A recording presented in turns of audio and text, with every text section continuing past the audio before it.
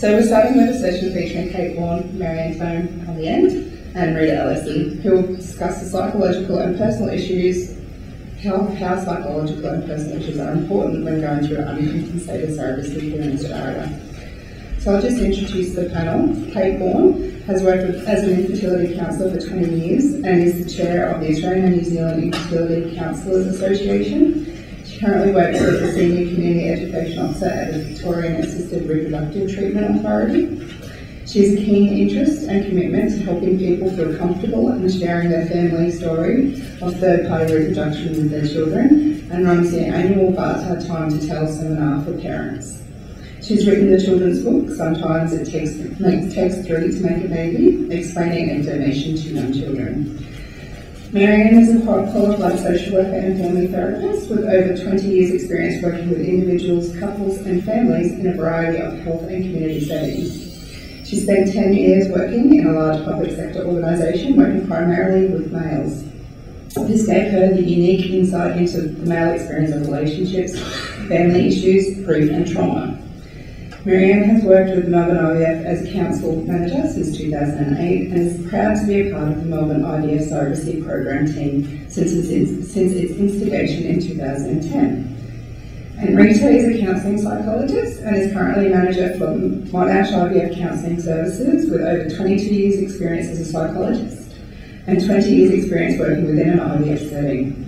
Rita works in private practice 1 day a week, which includes private consultancy for overseas and interstate surrogacy arrangements and third-party reproduction. Rita retains current membership to the Fertility Association Australia, Australian New Zealand Infertility Counsellors Association, Australian Psychological Society and the APS College of Counselling Psychologists. She has a special interest in female and male reproductive health and reproductive grief and loss, and advocacy for the rights of consumers of fertility treatment programs. Rita is also a casual lecturer at Monash University Master of Embryology program. So I'll hand it over to you, Kate.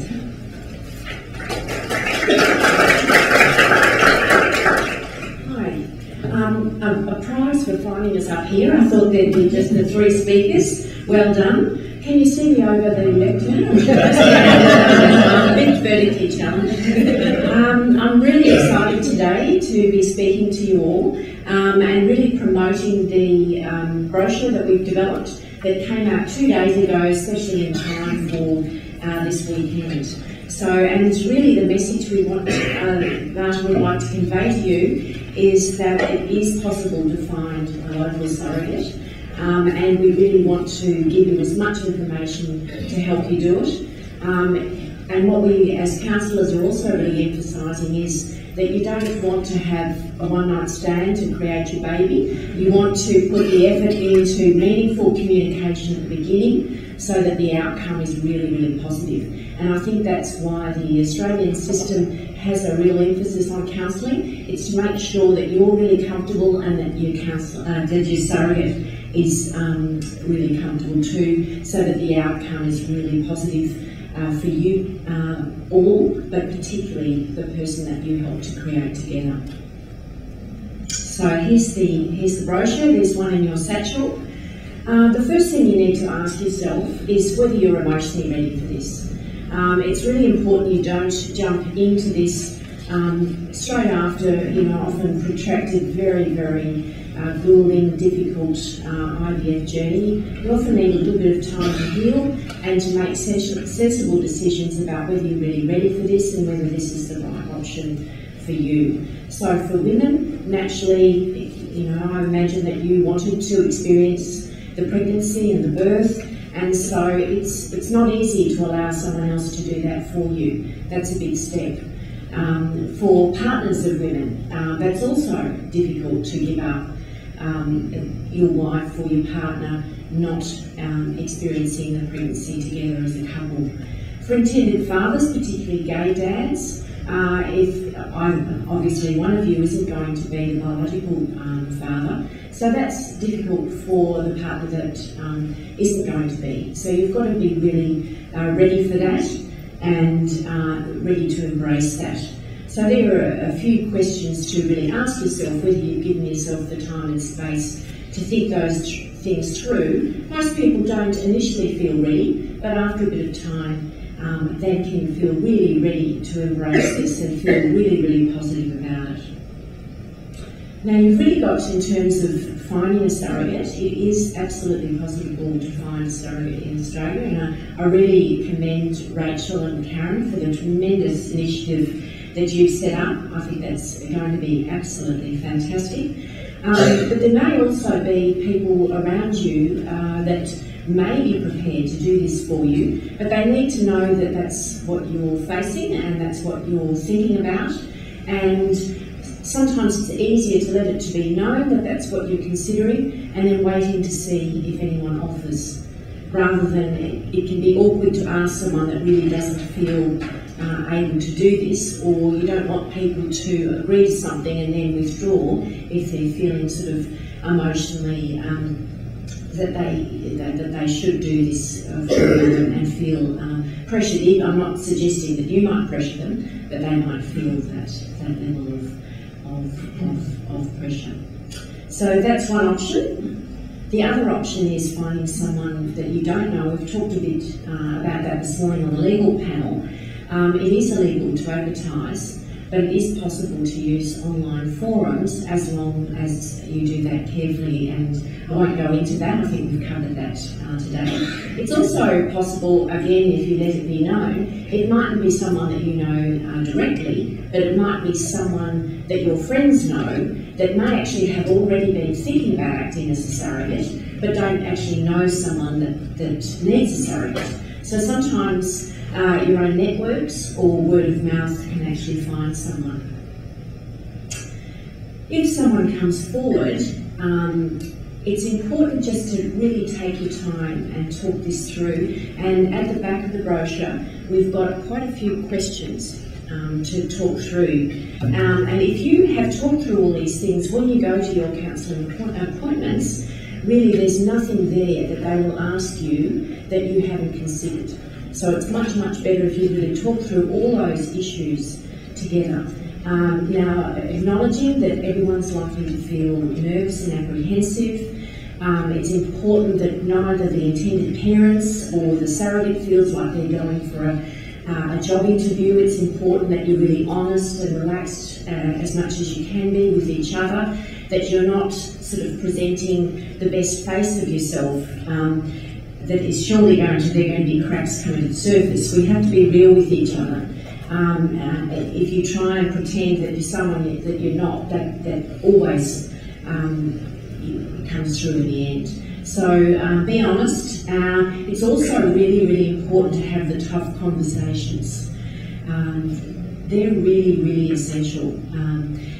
It's important that you do only what you're comfortable with. So it's important as an intended parent that you don't agree to something just because you think you might lose the surrogate, and it's important that the surrogate doesn't feel pressured to agree to something that she doesn't really feel is the right thing for her or her family. So the sorts of questions to ask is naturally, why does the surrogate want to do this?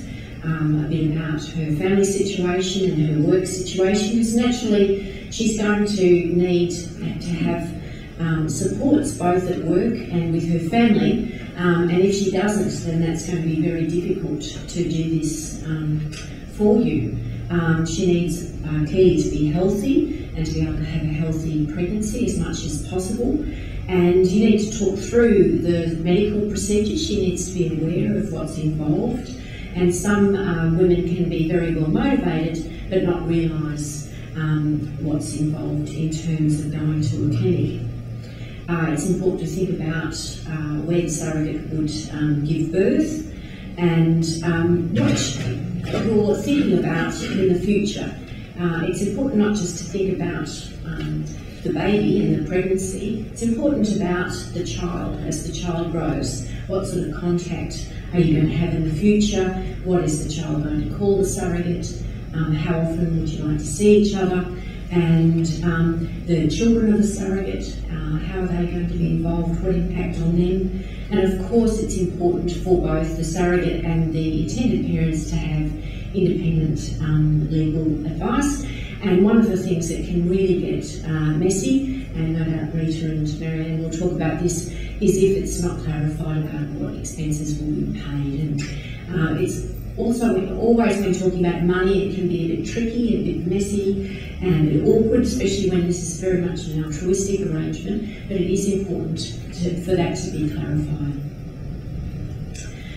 So I think, as the bottom line, it's really important to imagine the person you're going to create, and just the whole time be thinking, how am I going to explain this to my child in the future? And is my child going to approve? And for the surrogate, is the child created going to approve of how we went about this? And and thinking forward to their 21st, to when they're our age, are they going to think, well done, Mum and Dad, you did a great job, I love who you chose, I love the way you all get on, and I feel created with love and with such generosity of spirit that I couldn't appreciate that anymore. And we're going to hear from 3 young people tomorrow in a session that I'm running who absolutely feel that way about how their parents were about all of this, and have such a lovely relationship and feelings towards their surrogate as well. So thank you.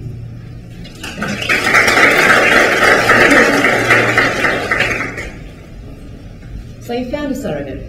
Now what? I would also suggest, as Kate's mentioned, obviously counselling is very important, and it depends at what stage of the process that you're at, whether you've actually found somebody and you're thinking about it. It's often a good idea to get in touch with your local clinic and either have a chat to your surrogacy coordinator or the counsellor, who might be able to give you some guidance in terms of the steps and processes that are particular to that clinic. And each clinic will have, I guess, a format of how they'd like things to be arranged. But essentially, once you've made up your mind, and we've got somebody who's very generously offered to be a surrogate, we then start to enter the IVF process and engage with the actual clinic. And that may include initially registering with the clinic and actually seeing an IVF specialist, because the important thing is it's important to ensure that all parties have medical readiness to actually go ahead. So if the surrogate, for whatever reason, isn't medically appropriate, there's no point in going through the expensive process of counselling, psychological assessment, legal counselling, which can easily mount up to thousands of dollars, if in one single appointment that can be ruled out. We also, all the clinics, whether we're in Victoria or anywhere else in Australia, we all run our own implications counselling, and often encourage to have independent psychological assessment, which is very different from the implications counselling. So the psychological assessment is very much around doing psychometric testing, checking people's mental health, seeing the risk factors, and the implications counselling is very much centred around the people's histories, where they're at with the surrogacy process, looking at coping styles, etc. Your legal counselling is really important, and I think that's also really important to, conduct at the early stages, particularly if treatment, where we have pre-treatment cross-border. So sometimes we will have people with a commissioning couple in Victoria and a surrogate in another state, and it's important to determine where the treatment is going to occur, where the baby's going to be born, and also checking that where the baby's birth is going to be registered and what legal implications that might actually be. Also, certain states will have legal implications around whether treatment can in fact actually occur in that state if the surrogate is not part of resident in that state, or the child can be born in that state. So it's very important to also have those legal questions checked out from the outset before you make an enormous investment throughout the treatment process, particularly if somebody is in another state or even overseas for that matter, and actually planning to travel here to Australia to actually be an altruistic surrogate. So it might be a sister or a friend who's prepared to spend some time here for you. And in Victoria we have an approval process, but I think it's also quite common throughout other states throughout Australia as well. In Victoria we have the patient review panel, and there is, an assessment criteria that is required for everyone to engage in. So that will typically involve all the things I've just listed, and all the parties to that assessment process, the doctors, the clinic counsellor, the independent psychologist, the lawyer, are all required to write reports, as well as the parties to the surrogacy arrangement filling that application form. And all of these will actually go to the patient review panel for you to actually have a review. In other states, it'll either be a hospital ethics committee, or the hospital itself, or the IVF unit itself, may have its own surrogacy review committee, which might be very much in-house. I have found in my experience, I don't think I've known of anyone that's actually been knocked back, and I guess if we're working actively with you to prepare you for a surrogacy arrangement, we're not going to set you up to fail. And if there are any issues or concerns, and we're having very candid conversations with you very, very early on, if there are going to be any issues that we think are going to be problematic for you. And then eventually we start treatment. So this process, this preparatory process, I find typically with a straightforward case takes roughly about 6 months. I've had some groups come through in as 4 months, and that's where I've had very organised people who are on time with the appointments, they coordinate well together, it all slides in quite easily. If there are egg donors and sperm donors involved in the process as well, it can take a little bit longer because there are more parties to engage with to coordinate counselling. And if people have other life issues that are going on, sometimes it can take up to 6 months, a year even. I've certainly had somebody who've been working with recently that it took that couple almost 12 months before they were ready to start the formal IVF counselling in terms of the preparedness for treatment and patient review panel, because there were a lot of grief and loss issues that they had to deal with before they were ready to embark upon the next step. Then I guess the big question is what the heck do these horrible counsellors cover with you in all these counselling processes? And essentially we want to make sure that everyone is on the same page. So we're looking at, as Kate has mentioned, motivation, preparedness, and it varies depending on the presenting problems. Some people have pre-existing conditions and they've known that this is the only way that they're ever going to be able to have a child. There are others, and there's quite a few that we see through our clinics, who have had many treatment procedures from themselves to IVF clinics. They've had subsequent health issues that have meant that they're no longer able to proceed using their own bodies. So there are different things that impact on why someone's actually required to go through this particular treatment procedure. And also look at the motivations on both sides, for also the surrogate.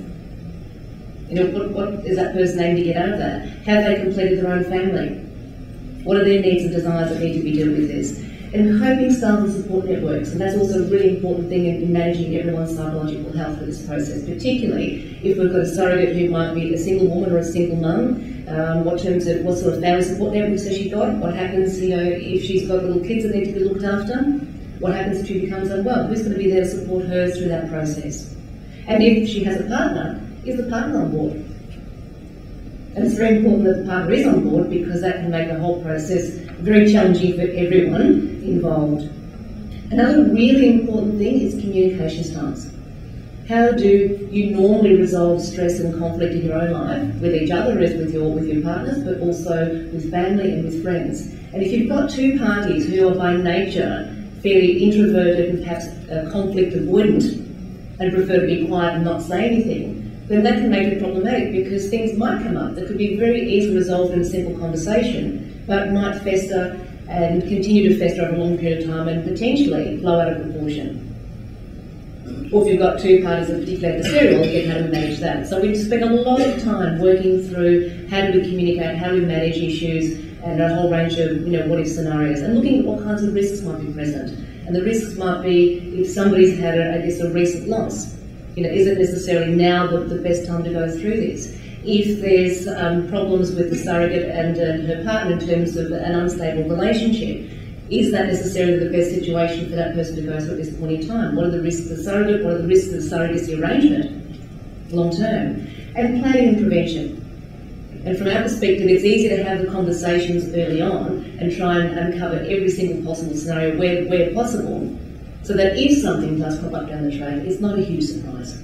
But we've been there. It might be challenging, but at least we've had a time to rehearse that and to prepare how we might manage that. And also for you to link in to the support networks that you have within the clinic as well too. Let's not ignore that. There's also your external support networks, but all of those of us who actually work within the industry are there to walk you through that process. As I was saying beforehand, you know, we're not going to set you up to fail before a review panel if we think there's some serious problems. You won't be going that far. The other things that we cover, as I've mentioned also, is looking at grief and loss and past and also potentially the future. And often when people present with a surrogate and they've made that decision to proceed further, there can be a bit of disparity in presentations. I find typically the surrogates are like, okay, I've been pregnant, I know I can get pregnant, let's get on with this, why do I have to keep talking, you know, chop chop, let's get moving. And the people who had previous IVF treatment, they didn't all have previous losses and pregnancy losses or stillbirths or horrible tragedies. There's an enormous amount of anxiety, because whilst this is an absolutely magnificent opportunity, they've lived through the losses. And there's also that risk of, are we setting ourselves up again to fail? What if this goes wrong? And they're very, very aware and very sensitive to all the possible things that could go wrong. So it's then managing, somebody who's been a little bit tempted, I want to kind of go there, but I'm anxious and I'm worried to, come on, let's go, let's do the appointments, let's get on with it, let's do transfer tomorrow. Transfer won't happen tomorrow, I can tell it right now. And then also managing resilience. Okay, because stuff will happen, things will happen as unexpected. Life throws us curveballs all the time. And sometimes the best laid out plans, things will crop up. I've got a surrogacy group that are about to go through at the moment, embryo transfer was to happen 2 weeks ago. And unfortunately the commissioning woman's just been diagnosed with a medical condition, which will be fine, but she has to have surgery actually next week. So that's put another spanner in the works. So here we are all geared up and all ready to go, and it's like, oh, now we're going to wait another month or 2. But we'll manage that. Okay, so I'm going to run through. And then, as Marianne will also go through with you shortly, is looking at the future and what if scenarios and managing expectations, ranging from how you're going to manage the treatment procedures, how many attempts the surrogate is actually going to be going through with embryo transfers to actually get pregnant, because an expectation that, of course, I'll get pregnant, but what if she doesn't get pregnant? What if it takes more than 1 embryo transfer? Or what if she gets pregnant but actually miscarries? And some people do have a specific timeline. It's like, well, I'm going to be doing this, I'm putting aside a year and a half or 2 years out of my life. But what if it takes you a year to even get to embryo transfer? If we haven't even got embryos in storage beforehand, if we've got to create embryos. So it's also managing the bigger picture. It's not simply a question of walking to the clinic and having embryo transfer next week. And I guess finally, just in conclusion, what are the experiences that we've had that seem to indicate best outcomes? And I guess it's ensuring that everyone has compassion and empathy for both parties, and recognising that sometimes, when we're behaving a little bit nervously, there's a reason why we're doing that. It's not that we don't appreciate what you're actually doing, that's a wonderful gift that you're giving us, or that the person's not being grateful, but there's a lot actually going on, and there's an enormous decision to actually come to this point. And I think mutual respect and really good communication, however hard the conversations are, it's easier to name the elephant in the room, or the elephants, whether it's the blue one, the pink one, the striped one, the green one, as long as once we identify what the issues are, they're much, much easier to go back and revisit and to put into place some strategies for management. And honesty and transparency. The other one I think is also boundaries, which I didn't put up here. And boundaries, I guess, for both parties.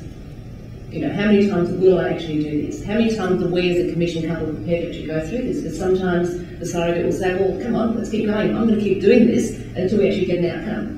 How mentally and psychologically prepared are people actually in this process? So I think having those discussions and also being prepared that things can change, and that's actually okay too. So I think as long as there's that open communication, there is that transparency back and forth, there is no reason why it can't go wrong. That's it.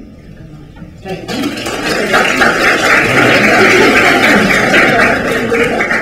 I'm going to go through this really quickly in dot points so you've got a chance to ask some questions.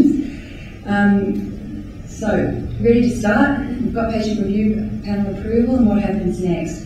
What I find is that this stage is all about relationships and teamwork. You don't have a pregnancy happening overseas that you're not part of. You get to be part of. The surrogate and the commissioned couple, the surrogate and that couple, or commissioned person, get to go through this together, get to experience together. And it's nothing I love more than seeing couples come in for, all the parties come in for tests, for ultrasounds, for to come and tell us what's happened, to celebrate the steps that they take, and coming in as a team and seeing these relationships develop over time. Even whether it be sisters doing it together or people who hardly knew each other at the start or didn't know each other all at the start, it's actually a wonderful thing to watch and witness these people come together and you go through treatment, through pregnancy, and then the birth, and then bringing the babies in at the end is fantastic. So it's really important that you stay connected, that you communicate, that you do what you say you're going to do. So if you offer to come and look after the surrogate's children while they go off to their appointments, etc., make sure you do that. If you've offered your family support, make sure that they're on board with that too and are going to actually be able to follow through. So it is really important that all the things you discussed in the counselling, you follow through during this period. Resolve issues early. If there's little, everyone wants this to work, so sometimes you go, well, let that go. I don't want to raise it, I don't want to cause a problem, let it go. And then it can build up, and sometimes this can get big and then harder to deal with. So if there's little things to talk about them, if you need help to talk about them, speak with your counsellor, speak with the clinic, speak with each other. It's really important. Celebrate milestones. Enjoy it. This is the time to enjoy. You've done the hard work through the counselling and all those other parts. Enjoy. Get counselling support if you do, and obviously then if there's a donor involved too, there's some more parties to involve with that. So treatment, attending appointments together, what you would have discussed, what appointments you feel comfortable coming to together, whether you feel comfortable for, say, the commissioned couple to come into the ultrasounds, those sorts of things. Unsuccessful cycles. Often we find that the surrogates are shocked by how they react to an unsuccessful cycle or a miscarriage, or things going wrong. There's often an expectation. This is what we need. We need a surrogate to get this pregnancy, and that's what's going to make this successful for us. It's not always the way. When people fall naturally, it takes a 1 in 4 chance. So it may not happen the first time or the second time, but you need to be talking and keeping communication going about, are we okay with keeping going? Do we need a break if there's been a miscarriage or something like that? Keep talking. Then pregnancy. So these are the things, again, we talked about in counselling that you need to put in practice. Telling others, making sure, especially if you're family or close friends and you've got the same circle of people, that you talk about who you're going to tell, when you're going to tell, give each other a heads up about who you've told. We don't want to, some people have read about this, but they're somebody telling on Facebook or something like that. I wasn't quite ready for that. So make sure you're communicating. Prepare your existing children. Make sure you talk to their kinders or their schools. We've been amazed at how welcoming and how supportive communities have been. Kinders and teachers getting on board and allowing kids, of surrogates to get up and talk about what's happening and explaining it and responding. Really good to tell your teacher so that when your son goes and says, my mum is having such and such a baby, they understand exactly what they're saying. And we've had a few kids where they actually quite enjoy the whole thing of their mum being pregnant but not exactly giving it away, but saying, oh, you're going to have your brother or sister? No. And stringing it out. Choosing the hospital. At Melbourne IVF, we have a nurse who follows you right through, from the start of your treatment right through to post the baby being born. And she will help you with linking in with hospitals, having conversations with the hospitals, setting up, developing your birth plan, etc. And that's really important. We don't want to sort of leave you, right, we've got you your 6-week scan, off you go. We want to make sure that we support you. Counsellors are also available right throughout treatment, pregnancy and post-birth too. And we love you coming in and showing us the baby. What if something goes wrong too? So we'll talk a lot about that in counselling, but again, it's that this is the time when you put things in place, when things don't turn out the way you want, where you have to talk about terminations or if the surrogate's life's at risk, those sorts of things. So this is again very much about teamwork, making decisions together, and even if there's hard decisions to make, if you can make those decisions together and talk about it, it's really that's really important. 2 minutes. Okay, so going home, there you go.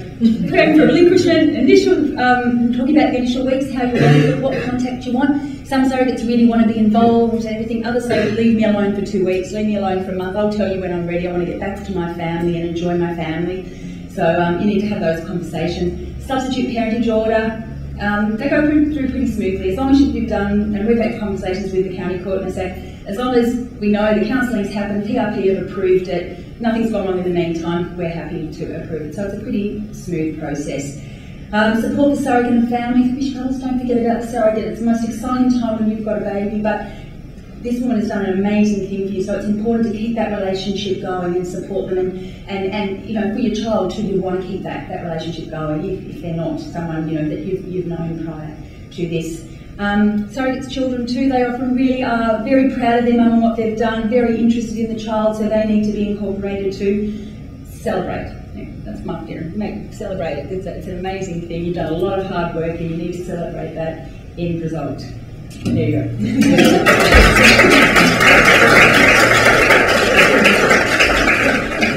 Thank you, Kate, Marianne, and Rita. Some really good points, and obviously looking for someone who's actually been down the path, especially transparency, communication, support networks, all of that are very important. We've got time for some very quick questions. Does anyone have any questions?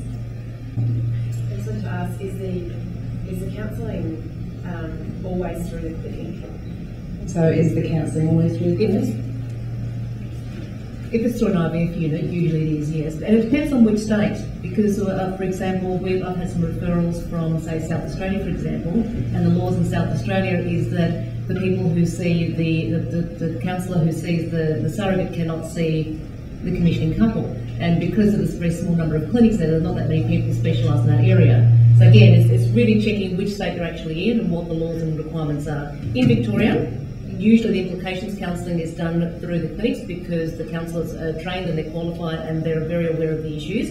And whilst there's obviously lots of counsellors within the communities, unless they are specifically trained in this area, you're probably better off getting that service through your clinic. And we think it's very important that the same counsellor sees the surrogate and partnership's got one, and the commissioning person or couple, because you need to know what each is saying and making sure they're on the same page, have the same expectations and same ideas. So I think it's really important that there's one person then seeing all parties and guiding you through that. And I have to absolutely concur with that. Having done cases for interstate clinics where I've only seen one party, it's like having one arm chopped off. And it's whilst you hear one side of the story, I'm often preparing them with a whole list of questions. Now make sure you go back and do this. And whilst you may not be having a joint session together, which is what we typically do here in Victoria, have this conversation together. So I think it's really important to have somebody across all the issues to discuss that. So you can see the big picture. Absolutely, absolutely. All right, any more questions? Second priority. When do things go wrong? So whether you know it's a great celebration, but at times things do fall apart. Yeah. Sometimes they can fall apart in the first couple of counselling sessions. Or what issues? What issues? I can think of one that went through not so long ago for myself, where the motivations were very sincere and were really genuine. However, there was some very serious mental health issues on the part of the surrogate. She also had disclosed in the counselling that she had a drug dependency and didn't want me to disclose that to the commissioning couple. It had to end there.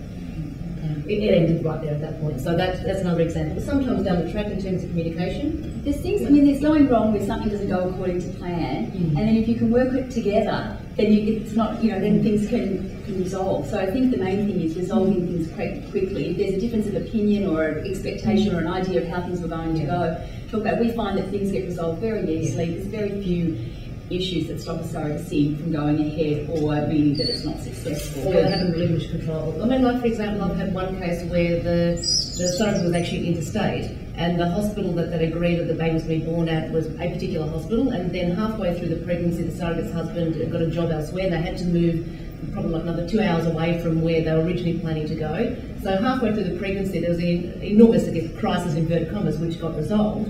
But there was, for the commissioning couple, quite traumatising. They had their heart set, they felt pretty comfortable with that hospital, the doctor was going to deliver, and then because of the circumstances, they had to change situations. But with a bit of mediation and discussion, it got resolved.